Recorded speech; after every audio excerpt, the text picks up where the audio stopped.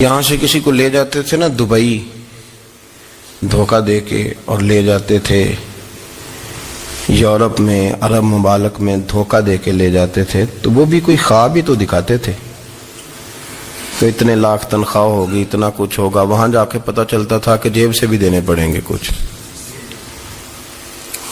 بہت سارے لوگ ایسے ہوتے ہیں، وہ سارے خوبصورتی کے نام پر ہی دھوکہ دیتے ہیں۔ آپ کو پتہ ہے کہ جو آدمی کسی کو لالچ دیتا ہے تو کسی کو لوٹنے کے لیے اسے لالچ دینا بڑا ضروری ہوتا ہے۔ لوگ پہلے لالچ دیتے ہیں پھر لوٹتے ہیں، پہلے مکمل لالچ دیتے ہیں، یہ چیز مل جائے گی، یہ چیز مل جائے گی۔ لوگ مکمل لالچ دیتے ہیں، اس کے بعد پھر لوٹتے ہیں۔ اور اگر لالچ نہ دیں تو کوئی آدمی قابو آئے گا؟ لوگ لوٹتے ہیں لالچ دے کر۔ اچھا، اب وہ جو جس کو لالچ دیا جا رہا ہوتا ہے وہ کہہ رہا ہوتا ہے کہ نہیں نہیں تمہیں نہیں پتا، وہ اس وقت ماننے کو تیار نہیں ہوتا۔ وہ کہتا ہے اتنی خوبصورت باتیں کر رہا ہے، اتنی اچھے پیغام دے رہا ہے، تم میرے دشمن ہو، تم مجھے منع کر رہے ہو۔ ہوش تب آتی ہے کہ جب سب کچھ لٹ جاتا ہے۔ عورت کو ویسے بھی قابو کرنا بڑا آسان ہوتا ہے۔ اعلیٰ حضرت بریلوی رحمۃ اللہ علیہ فرماتے ہیں بیٹیاں نازک شیشیاں ہوتی ہیں، ان کو تو ذرا سی چوٹ لگے تو ٹوٹ جاتی ہیں۔ دیکھیں کتنا بڑا جملہ کہا بریلی کے امام، میں نازک شیشیاں ہیں۔ ذرا کوئی آدمی گمراہ کرتا ہے، ذرا خراب کرتا ہے۔ اب دیکھیں نا، یہ جو بچیوں کو بچے مس گائیڈ کرتے ہیں، انہیں بڑے بڑے خواب دکھاتے ہیں، وہ بیچاری ماں باپ کو چھوڑ کے، بہن بھائی کو چھوڑ کے اس کے ساتھ شادی کرتی ہے، پھر جو اس کا بعد میں اشر ہوتا ہے، آپ ادلیاں نو سردار پہن تکے تے شرما والیاں نو چوٹے ڈولیاں دے۔ پھر وہ بیچاری ماں باپ رکھتے نہیں، وہ ظلم کرتا ہے، تو کتنی بڑی تکلیف میں وہ بچی آ جاتی۔ نازک شیشی ہوتی ہے نا تو ٹوٹ جاتی۔ یہی حال اب جدید خواتین اور یہ جو کچھ اینکر پرسن ہیں، یہ اصل میں نا یہ آپ کو سیاست سکھاتے ہیں، لیکن یہ مادر پیدر آزاد لوگ ہیں، بالکل آزاد۔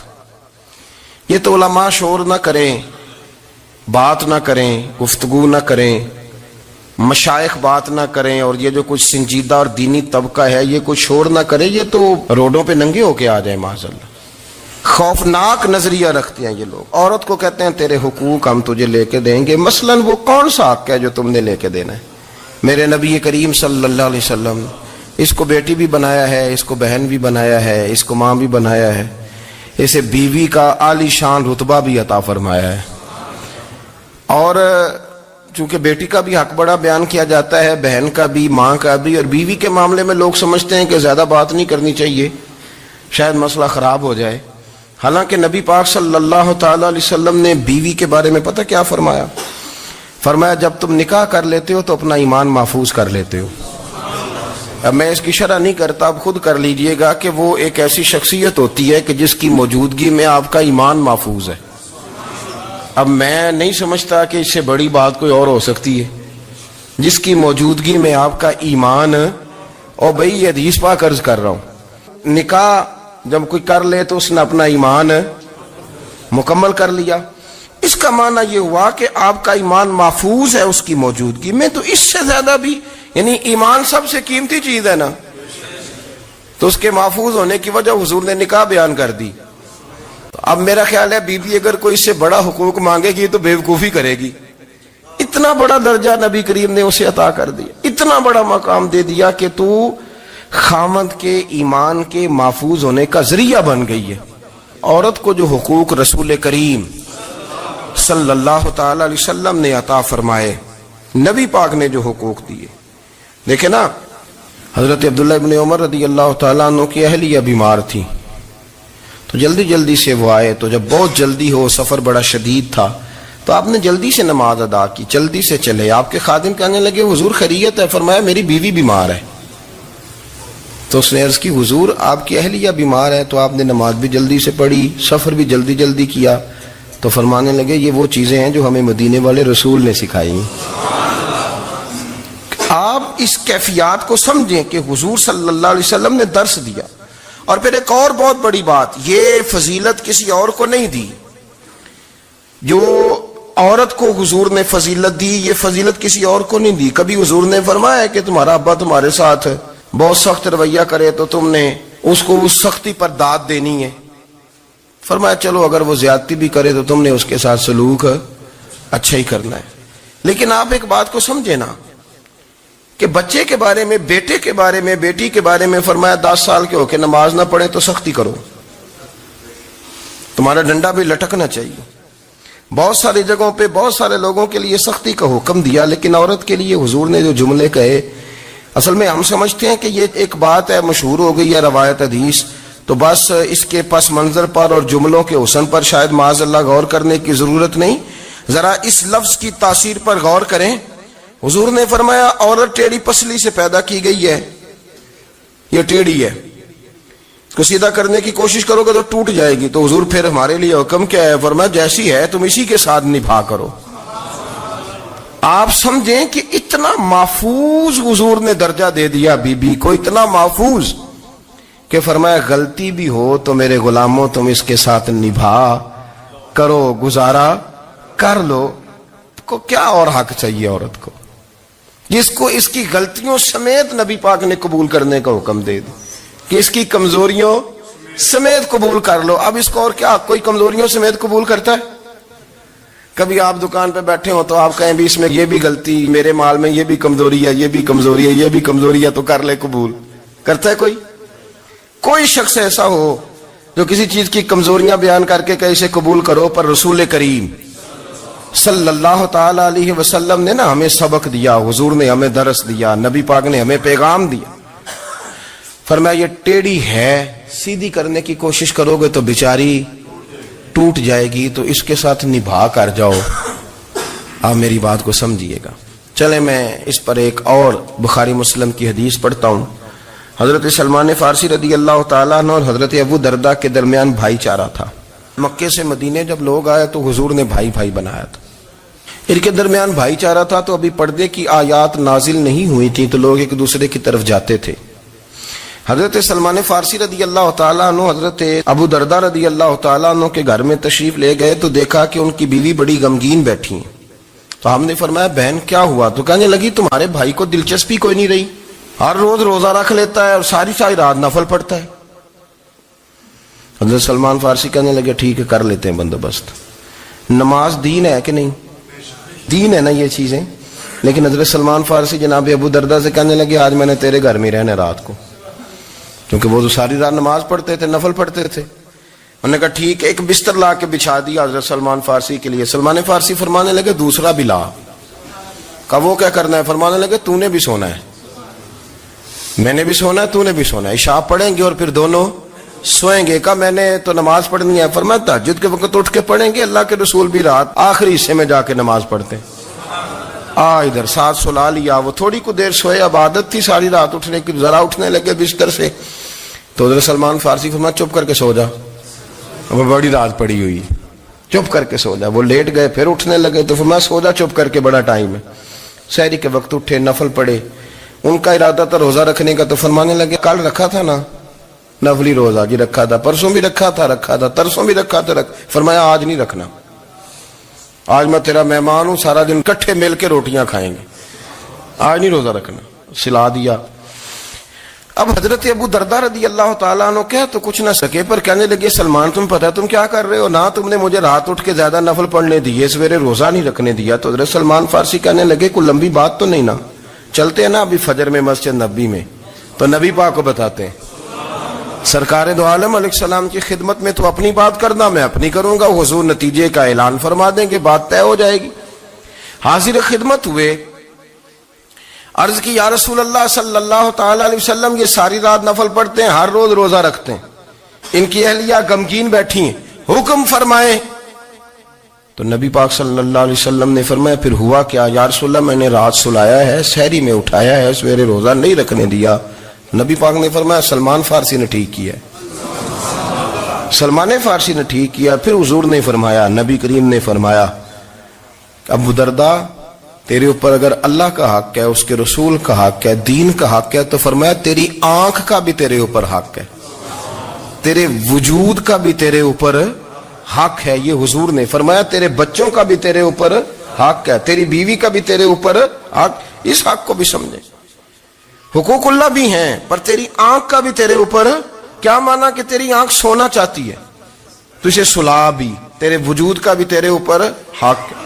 تو تیرا وجود آرام کرنا چاہتا ہے تو اسے آرام بھی کرا. اور پھر وہاں نبی پاک صلی اللہ علیہ وسلم نے فرمایا میں تم سب, سننا یہ لفظ حدیث کے, حضور نے اسی موقع پر فرمایا میں تم سب سے زیادہ اپنے رب کو جانتا ہوں اور میں تم سب سے بڑھ کر اپنے رب سے ڈرتا ہوں. حضور فرمانے لگے میں روزہ بھی رکھتا ہوں, افطار بھی کرتا ہوں, یعنی کبھی رکھتا ہوں اور کبھی نہیں رکھتا. فرمایا میں نفل بھی پڑھتا ہوں اور اپنی بیویوں کو وقت بھی دیتا ہوں. سرکار مسجد میں بھی آتے تھے, نواسوں کے ساتھ کھیلا بھی کرتے تھے, ان کے ساتھ پیار بھی کرتے تھے. تو اتنے بڑے حقوق حضور نے بیان فرمائے عورتوں کے کہ تمہاری بیوی کا بھی تمہارے اوپر. لو ایک حدیث بخاری کی اور یہاں بیان کر دیتا ہوں. ایک شخص نے آ کے عرض کی یا رسول اللہ صلی اللہ تعالی علیہ وسلم جہاد کے لیے تیاری ہو گئی ہے, صفیں بن رہی ہیں, مجاہدین کی تیاری ہے, تو میرا بھی نام لکھ دیا گیا ہے مجاہدوں کی لسٹ میں, لیکن یا رسول اللہ صلی اللہ تعالی علیہ وسلم میری بیوی نے حج کی تیاری کر لی ہے اور میرے دوستوں نے صحابہ نے میرا نام مجاہدین کی لسٹ میں لکھ دیا, تو میرے لیے کیا حکم ہے؟ یہ بخاری مسلم ہے. تو نبی پاک صلی اللہ تعالی علیہ وسلم نے فرمایا جہاد پہ کوئی اور چلا جائے گا تو بیوی کے ساتھ حج کرنے جا, اسے محرم کی ضرورت ہے, وہ تیرے بغیر کیسے جائے گی؟ مجاہدین کو تو اور مجاہد مل جائے گا, پر تو اپنی بیوی کے ساتھ جانا. نبی پاک صلی اللہ علیہ وسلم نے مرد کو محافظ بنایا ہے, عورت کو مرد کا قیدی نہیں بنایا, بلکہ عورت کو حفاظت عطا کی اور مرد کو اس کا محافظ بنایا. اب بچیاں آزاد ہونا چاہتی ہیں, اور آزادی بھی وہ والی کہ جو بنیادی طور پر آزادی نہیں, فحاشی ہے. میں نے بہت پہلے کہا ہے کہ اسلام بیٹیوں کو قیمتی سمجھتا ہے. جس بندے کے پاس 20 تولے سونا ہو وہ چوک میں لے کے نہیں آتا, وہ قیمتی چیز ہے, اس نے چھپا کے رکھی ہوتی ہے. تو جو نبی پاک صلی اللہ علیہ وسلم کا کلمہ پڑھنے والے بیویاں, اسلام انہیں قیمتی سمجھتا ہے, کہتا ہے کہ تم قیمتی ہو لہذا گھر کے اندر رہو, تم باہر نہ ہو. لیکن عورتیں ہیں کہ ان کو بلا وجہ لوگ خراب کر دیتے ہیں اور بلا وجہ وہ اس مغالطے کا شکار ہو جاتی ہیں. اب آگے بڑھتے ہیں. قرآن مجید نے سورہ نور کی آیت نمبر 30 میں کہا کہ کل للمؤمنین یغضوا من ابصارہم, فرمایا کہ اے محبوب علیہ السلام مومن مردوں سے کہہ دو کہ اپنی نظریں جھکا کے رکھیں, اپنی نظریں. اور اگلی آیت میں فرمایا وَقُلْ لِلْمُؤْمِنَاتِ يَغْضُضْنَ مِنْ أَبْصَارِهِنَّ, فرمایا کہ اے محبوب مومن عورتوں سے بھی کہہ دو کہ اپنی نظریں جھکا. مرد بھی اپنی نظر جھکا کے رکھے گا عورت کی طرف, لیکن یہ ساری پابندی صرف مرد پر نہیں, عورت بھی غیر محرم کا چہرہ نہیں دیکھے گی, اس پر بھی اسی طرح نظر جھکانے کا حکم ہے جس طرح کے وہ ہر دکاندار کو بھائی جان کہہ کے گفتگو کرنے کی اس کو بھی اجازت نہیں ہے کہ وہ بھی وہ سمجھے کہ پابندی تو مرد نے کرنی تھی, میں نے تھوڑی کرنی تھی. وہ جس کے پاس جائے, جہاں بھی جائے, ڈاکٹر کے پاس جائے, باہر جائے, تو وہ جس طرح مرضی اس کا دل چاہے وہ بات چیت کرے, اس کی عورت کو بھی اجازت اسلام نہیں دیتا. بنیادی طور پہ اسلام شرم و حیا کا دین ہے, حیا کی بات کرتا ہے. حیا کی جب ہم تعریف کرتے ہیں تو حیا کی تعریف یہ ہے کہ کوئی کبھی چیز دیکھ کے نا تو آپ کی طبیعت میں کراہت محسوس ہو, آپ کوئی غلط جملہ منہ سے نکالتے ہوئے ذرا جھجکیں, آپ کوئی غلط بات کرتے ہوئے تھوڑا بوجھ محسوس کریں. ہمارے ہاں تیزی سے فروغ پایا ہے بے حیائی نے. سنگیوں کی محفلیں, یاروں کی محفلیں, اس میں غلیظ گفتگو ہوتی ہے الا ماشاء. جن دوستوں کو بڑی پاک صاف گفتگو کرنی چاہیے, دوستی کا رشتہ بڑا مقدس رشتہ ہے, جو یہاں ایک دوسرے سے پیار کریں گے جنت میں بھی اکٹھے داخل کیے جائیں گے. شرط یہ ہے کہ پیار اللہ رسول کی رضا کے لیے ہو, لیکن اس کے اندر اگر آپ کی گفتگو کچی ہو, کمزور ہو, فحاشی والی ہو, عریانی والی ہو. وہ ہمارے ہاں تو اب اس کو لوگ فیشن سمجھتے ہیں, اس کو مردانگی کی علامت سمجھتے ہیں کہ وہ جی ساری باتیں جی وہاں ہو گئیں اور جس کا جو جی چاہا اس نے کہا. آپ جب حیا کے دائرے میں ہوتے ہیں تو آپ خود بھی سکون محسوس کرتے ہیں. دیکھیں نا, آپ کو نیند سکون سے کہاں آتی ہے؟ جہاں کمرہ بند ہو, چاروں جانب دیوار ہے, اوپر چھت ہے, خالی دروازہ بھی کھلا ہوا ہو نا تو جب بندہ سکون لینا چاہتا ہے تو کہتا ہے یار ذرا دروازہ ذرا بند کر دو. وہ اچھی طرح اپنے آپ کو چھپا لیتا ہے نا حیا کے پردے میں تو اللہ اسے سکون عطا کرتا ہے. اور جو اس سے بھی زیادہ ٹھنڈی نیند میں جانا چاہتا ہے وہ کہتا ہے لائٹ بھی بند کر دو. اب وہ مکمل طور پہ سمجھتا ہے کہ میں چاروں جانب سے چھپ گیا ہوں, اگر میں کھل کے بھی سو جاؤں گا تو میرا چونکہ پردہ قائم ہے تو مجھے کوئی دشواری نہیں ہوگی. آپ جب چھپ جاتے ہیں, جب آپ حیا کے اندر سمٹ جاتے ہیں, جب آپ چادر کے اندر آ جاتے ہیں تو آپ بہت ساری جگہوں پہ آسانی محسوس کرتے ہیں. تو حیا تو آپ کو سکون دیتی ہے, حیا تو دل کو راحت دیتی ہے. میں بڑی ذمہ داری سے بات عرض کرتا ہوں, قرآن مجید نے نا ایک مقام پہ مذاق کو, ایک مزاح ہوتا ہے خوش طبی, وہ نہیں مذاق اڑانا. قرآن پاک نے نا مذاق کو ایک جگہ پہ جاہلوں کا طریقہ بھی قرار دیا ہے. بنی اسرائیل کے لوگوں سے حضرت موسیٰ نے کہا کہ گائے ذبح کرو اور ایک ٹکڑا مقتول کو مارو, زندہ ہو کے خود بتا دے گا مجھے کس بندے نے قتل کیا. تو کہنے لگے آپ ہمارے ساتھ مذاق کر رہے ہیں. تو قرآن مجید کہتا ہے کہ حضرت سیدنا موسیٰ علیہ السلام فرمانے لگے اعوذ باللہ ان اکون من الجاہلین, فرمانے لگے میں اللہ کی پناہ مانگتا ہوں کہ میں جاہلوں میں سے ہو جاؤں. یہ مذاق کرنا تو جاہلوں کا طریقہ ہے. اگر آپ کی زبان سے بے حیائی کا جملہ نکل گیا, اگر آپ کی زبان سے بے حیائی کا جملہ نکل گیا, آپ نے کہہ دیا کہ ہم آزاد لوگ ہیں, جو مرضی کریں گے, جو مرضی کہیں گے, جو ہمارا دل میں آئے گا کریں گے, تو پھر تو لوگ آپ کا وہ حشر کریں گے کہ آپ سے برداشت ہی نہیں ہوگا. جس کا لوگ مذاق بنا لیتے ہیں اور جو مذاق بن جاتا ہے پھر اسے کوئی جینے دیتا ہے. آپ حیا کی چادر میں چھپیں گے تو بچیں گے. اگر آپ نے اپنا مذاق بنوا لیا یہ کہہ کہ میں نے مرضی کرنی ہے, پھر یاد رکھنا چھپنے کو جگہ نہیں ملے گی, پھر تکلیف میں آ جائیں گے, پھر بہت بڑی اذیت کا شکار ہو جائیں. شرم و حیا, عرب کے اندر جو کنواری لڑکیاں تھیں ان میں بڑی حیا ہوتی تھی. الحمدللہ میں بڑے فخر سے کہتا ہوں کہ میرے پنجاب کی, میرے پاکستان کی بیٹیاں بھی 20 دفعہ ان کا ابا کہے تیری شادی کرنی ہے تو وہ آنکھ نہیں اٹھا پاتی آج بھی. یہ تو وہ چند لوگ ہیں جو کہتے ہیں ہم ہائی کلاس ہو گئے, ہمیں نہیں پتا کہ وہ روشن خیال ہو گئے ہیں کہ روغن خیال ہو گئے, پتہ نہیں کدھر چلے گئے. ورنہ ہماری بیٹیاں آج بھی جب ان سے ان کا باپ, ان کی ماں بات کرتی ہے تیری شادی کی, تو وہ تو شرم کے ساتھ پچھلے سے پچھلے کمرے میں چھپتی ہیں. یہ اللہ نے فضل کیا ہوا ہے اس ملت پر. تو عرب کی لڑکی بڑی حیا والی ہوتی تھی, اس سے کوئی بات کرنی پڑتی تھی تو 20 دفعہ بات کی جاتی, پھر بھی وہ عورت چھپتی پھرتی تھی. حضرت عائشہ صدیقہ رضی اللہ تعالیٰ عنہ فرمانے لگی میرے نبی پاک صلی اللہ علیہ وسلم عرب کی کنواری لڑکیوں سے بھی زیادہ حیا کرنے والے. قاضی اعجاز مالکی نے, شیخ عبدالحق محدث دہلوی نے, دیگر بزرگ جو سیرت نگار گزرے انہوں نے لکھا ہے کہ نبی پاک صلی اللہ علیہ وسلم کے اندر 100 مردوں سے زیادہ طاقت تھی.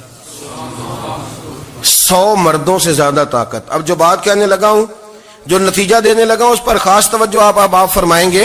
ذرا فکری طور پر, نظریاتی طور پر ایک چیز کو سمجھیے. ہم سمجھتے ہیں کہ جوان لڑکا ہے جی جو مرضی کرے, عمر ہے جی. آپ ذرا بات پر غور کیجئے گا کہ حضور صلی اللہ علیہ وسلم میں طاقت 100 مردوں سے زیادہ ہے اور حیا کنواری لڑکیوں سے بھی زیادہ ہے. ذرا اس بات کا تقابلی جائزہ کیجئے گا کہ طاقت 100 مرد سے زیادہ ہے لیکن حیا کنواری لڑکی سے بھی زیادہ ہے. اس کا معنی یہ ہوا کہ جس ٹہنی کو پھل زیادہ لگ جاتے ہیں وہ جھکا کرتی.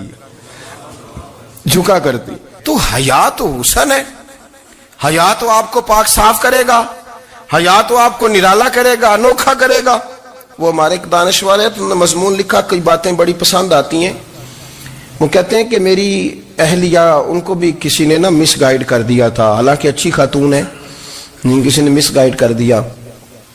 تو وہ بھی سماجی اور ویلفیئر اور یہ خواتین کو شوق ہوتا نا بننے کا, تو وہ بھی سماج کے اندر اچھا مقام تلاش کرنے کے موڈ میں آ گئی. تو کئی ایک دن جانا تھا تو بڑی بن سنور کے میرے ساتھ وہ گاڑی میں بیٹھ گئی. تو میں گاڑی میں, عورتوں کو یہ بھی مسئلہ ہوتا ہے نا کہ ہماری تعریف کرو, تو کئی دفعہ بعد مردوں بیچاروں کو جھوٹ بولنا پڑتا ہے, تو زبردستی کراتی ہیں نا جی. تو اس میں گنجائش بھی دی ہے شریعت نے گنجائش دی ہے کہ کبھی بیوی کو راضی کرنے کے لیے خلاف واقعہ بات کرنی پڑے تو کر لینی چاہیے. تو وہ کراتی بھی ہیں. 3 موقع پر خلاف واقعہ بات کرنے کی اجازت ہے.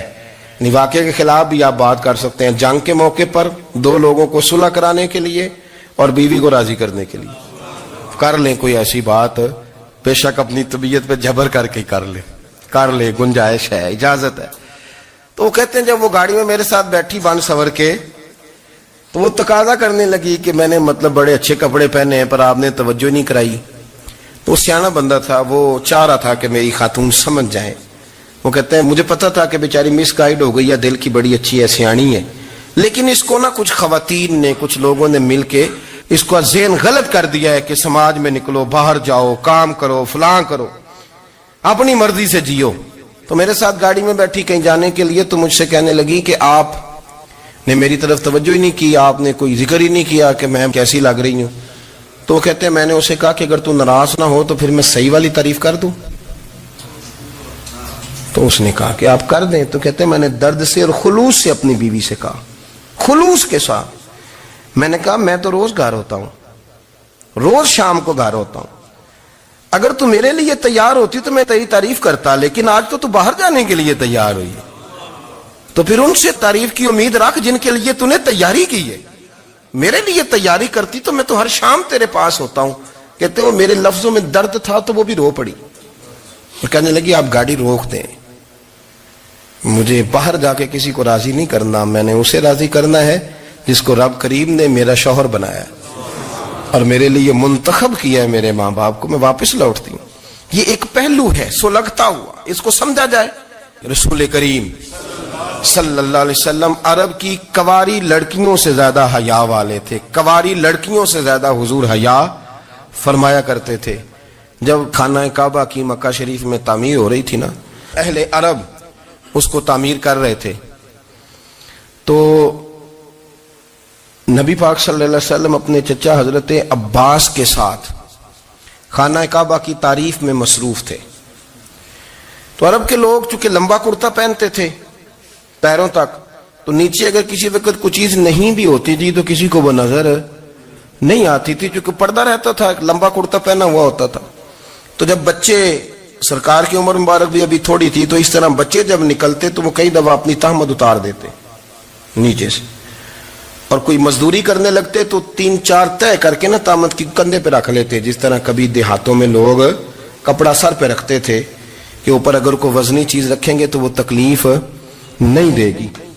نبی پاک صلی اللہ علیہ وسلم بھی سب لوگوں کے ساتھ خانہ کعبہ کی تعمیر میں شامل تھے. تو حضرت عباس رضی اللہ تعالیٰ عنہ نے کہا حضور سے, ابھی اللہ نے نبوت بھی نہیں فرمایا تھا, بھتیجے آپ بھی تہمت اتاریے, یہ صحیح مسلم میں حدیث موجود, اور اس کو کندھے پہ رکھ لیجیے, آپ اینٹیں اٹھا کے لا رہے ہیں تو ذرا آپ کو تکلیف نہیں ہوگی. تو سرکار دو عالم صلی اللہ علیہ وسلم سے یہ بات کہی, اور پھر جلدی سے حضور کی تہمت کو نکال کے نا, حالانکہ لمبا کرتا پہنا ہوا ہے, تو وہ جیسے ہی ان کے کندھے پہ رکھا اینٹیں رکھنے کے لیے, تو سرکار تو زمین پہ گر گئے, بے ہوش ہو گئے, آنکھیں آسمان کی طرف, اور پھر حضور پکار رہے ہیں آزاری آزاری آزاری, میرا تہمت دے دو, میرا تہمت دے دو. کبھی کوئی شخص اس وجہ سے بھی بے ہوش ہوا ہے کہ میرے وجود سے کپڑا اتر گیا ہے, حالانکہ سرکار پر وہ بے ہوشی بھی نبی پاک کا وہ جو غلبہ ہے نا شرم و حیا کا, اس کی وجہ سے ہو. ورنہ تو حضور فرماتے ہیں کہ میری آنکھیں سو جاتی ہیں, دل تو میرا اس عالم میں بھی جاگتا رہتا ہے. تو سرکار زمین پہ تشریف لے آئے, آنکھیں میرا تہمت دے دو, میرا تہمت دے دو. تو جلدی سے انہوں نے تہمت دیا, تو حضور نے باندھ لیا. پھر طبیعت مبارک میں تسلی ہوئی. یعنی ہم اس رسول کے غلام ہیں کہ جن کے تو وجود سے کپڑا اتر جائے تو حضور برداشت نہیں کرتے, قبول نہیں فرماتے, تکلیف شروع ہو جاتی. لیکن یہاں نوجوان ہیں اور بڑا قد کاٹ ہے اور بڑے بڑے سمجھدار لوگ ہیں, گرمی آتی ہیں تو شارٹ کپڑے پہن کے گھومتے ہیں. ان کو خیال نہیں کہ یہ وہ والا لباس ہے جو باہر تو کیا گھر میں اماں کے سامنے نہیں پہننا چاہیے, بہنوں اور بیٹیوں کے سامنے نہیں پہننا چاہیے. آپ کی گفتگو میں شرم و حیا ہو, آپ کے لب و لہجے کے اندر حسن ہو. آپ کو پتہ ہے نبی پاک صلی اللہ علیہ وسلم نے فرمایا میری امت میں سب سے زیادہ حیا کرنے والے عثمان غنی ہیں. عثمان غنی سب سے زیادہ حیا کرنے والے. آپ فرمایا کرتے تھے جب سے حضور کا چہرہ دیکھا ہے میں نے کبھی اپنی شرمگاہ بھی نہیں دیکھی, میں نے آنکھوں کا وضو نہیں توڑا, اور جب سے حضور کے دست مبارک میں نے بیعت کے لیے سیدھا ہاتھ بڑھایا تو پھر سیدھا ہاتھ میں نے کبھی گندگی کو نہیں لگایا. حیا تھی. آپ باتھ روم کے اندر بھی غسل فرماتے تھے تو کپڑوں سمیت کرتے تھے. کسی نے کہا حضرت جی واش روم کے اندر کیوں نہیں کپڑے اتارتے؟ آپ فرمانے لگے باہر بندوں سے حیا کرتا ہوں، اندر جاتا ہوں تو رب سے حیا آنی شروع ہو جاتی. وہ تو دیکھ رہا ہے نا.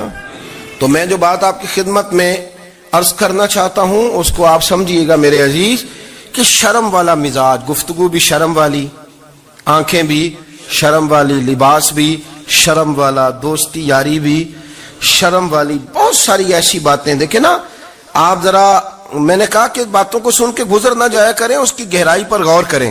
حضور علم کا سمندر ہے، سرکار سے زیادہ علم دنیا میں کسی کے پاس موجود نہیں ہے، اور صحابہ کو موقع ملا ہوا ہے اس سمندر سے فیض لینے کا. لیکن ان کی حالت یہ ہے کہ حضرت علی المرتضیٰ فرماتے ہیں 14 دن گزر جاتے. حضور سے کوئی سوال پوچھنا ہوتا تھا پر میں شرم کے مارے نہیں پوچھ پاتا تھا. 14 دن بخاری شریف میں موجود ہے. ایک دن نبی پاک صلی اللہ علیہ وسلم نے پوچھا صحابہ سے کہ وہ کون سا درخت ہے جس کے پتے نہیں گرتے، اور وہ درخت اس طرح ہے جس طرح مومن ہوتا ہے. وہ درخت میرے مومن کی طرح بتاؤ. حضرت عبداللہ ابن عمر فرماتے مجھے پتا تھا کہ وہ کھجور کا درخت ہے، لیکن چونکہ ابو بکر صدیق بھی بیٹھے ہیں، عمر فاروق بھی بیٹھے ہیں، مولا علی بھی بیٹھے ہیں، عثمان غنی بھی بیٹھے ہیں، اتنے جید لوگ بیٹھے ہیں، تو مجھے حیا آتی تھی کہ میں کیوں جواب دوں. کہتے سرکار نے کئی دفعہ پوچھا، لوگوں نے کئی اور درخت بتائے، پر فرمایا تمہارا جواب درست نہیں ہے. آپ حیا کے اس پہلو پر غور کریں کہ سوال کا جواب آتا ہے. سوال کا جواب، یعنی مجھے سوال کا جواب آتا اور پھر میں دوں نہ، مجھے بدعزمی نہ ہو جائے گی؟ یہ کیسے ممکن ہے کہ میری رات گزر جائے، مجھے پتا بھی تھا اور میں نے بتایا نہیں؟ بہت سارے لوگ آ کے بہت ساری باتیں بتاتے ہیں، بہت ساری باتیں وہ سمجھاتے ہیں، تو ہم غور سے ان کا چہرہ دیکھنے لگ جاتے ہیں، کہتے ہیں یار اس کا تو دعویٰ تھا کہ میں سمجھنے آتا ہوں، تو یہ تو ہمیں سمجھا رہا ہے. چلو الحمدللہ ہم سمجھنے کو تیار ہے. لیکن میرے عزیز پتہ بھی ہے جواب کا، علم بھی ہے، لیکن فرماتے ہیں میری حیا نے مجھے اجازت نہ دی کہ میں جواب دوں. آپ فرماتے ہیں پھر حضور سے صحابہ نے عرض کی کہ یا رسول اللہ آپ ہی بتا دیں وہ درخت کون سا ہے. تو حضور نے فرمایا بھئی وہ کھجور کا درخت ہے. تو آپ فرماتے ہیں میں دل میں کہہ رہا تھا کہ الحمدللہ میرا جواب درست ہے، حالانکہ میں نے جواب دیا ہی نہیں. تو لفظوں میں حیا، جملوں میں حیا، آنکھوں میں حیا، اٹھنے میں حیا، بیٹھنے میں حیا، چلنے میں حیا ایک خوبصورت حسن ہے. اور نبی پاک صلی اللہ علیہ وسلم نے فرمایا جب تو بے حیا ہو جائے نا پھر تو آزاد ہے، پھر تو جو مرضی کا، پھر تو جو. اس لیے بزرگ جب کسی کو بے حیا کہتے تھے نا، اللہ اکبر، اور جب کسی کو کہتے تھے نا یہ بے حیا ہے تو لوگ سمجھتے تھے کہ کوئی ہلکی سی بات کر دی ہے، لیکن ان کا معنی یہ ہوتا تھا کہ بس بھائی اب اس کے ساتھ کوئی کلام کرنے کی ضرورت ہے، اس کو اب اصلاح کی ضرورت نہیں، یہ بے حیا ہے. کیا معنی؟ کہ اب یہ جو اس کے دل میں آئے گا وہ کرے گا، جو اس کی طبیعت چاہے گی وہ کرے گا، اب یہ کسی پہلو بھی قابو آنے کو تیار بے حیا ہو گیا. بے حیائی بہت بڑا عیب ہے. اور جو لوگ کہتے ہیں کہ ہمیں بالکل آزادی ہونی چاہیے، ہمارا اپنا جسم ہے تو ہماری اپنی مرضی چلے گی. ایک وزیر صاحب ہیں، پتہ نہیں میں ان کو جانتا تو نہیں، انہوں نے سینٹ میں تقریر کی ہے، میں نے ان کی بات سنی ہے.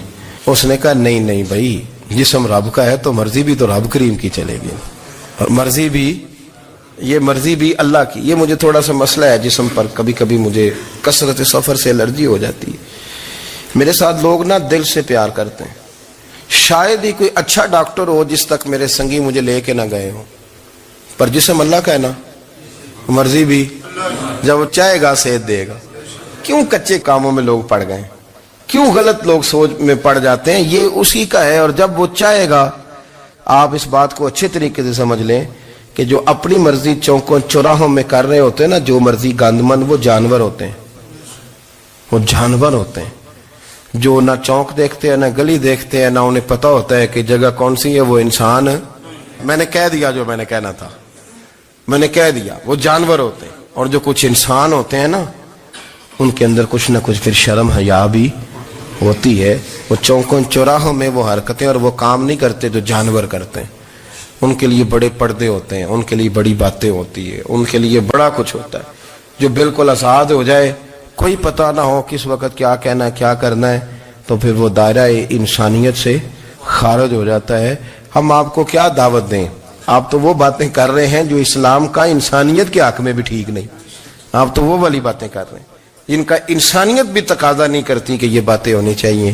لیکن ایک بات، میں تو جذباتی نہیں ہوتا، میں بڑے غور سے چیزوں کو دیکھتا ہوں، سنتا ہوں، اور نہ میں ان موسمی مینڈکوں کی. وہ مجھے عاتق صاحب کہنے لگے جی بڑے بڑے مولوی ایک بندے کے ساتھ بیٹھے ہوئے ہوتے تھے اور وہ روزے میں بڑے بڑے درس دیتا تھا تو وہ بھی فلانی فلانی حرکتیں کر رہا ہے. تو میں نے کہا ہم نے تو پرانا کہا تھا کہ موسمی مینڈک ہے، تو پرانے کہہ رہے ہیں کہ اداکار ہے، تو وہ جہاں کاسٹ کریں گے وہاں وہ اداکاری کرے گا. میرے آقا مدینے میں مجھے بھی اب بلا لیجئے، میرے آقا مدینے میں مجھے بھی اب بلا لیجئے. ترستی ہے میری آنکھیں، ترستی ہے میری آنکھیں، مجھے روزہ دکھا دیجئے،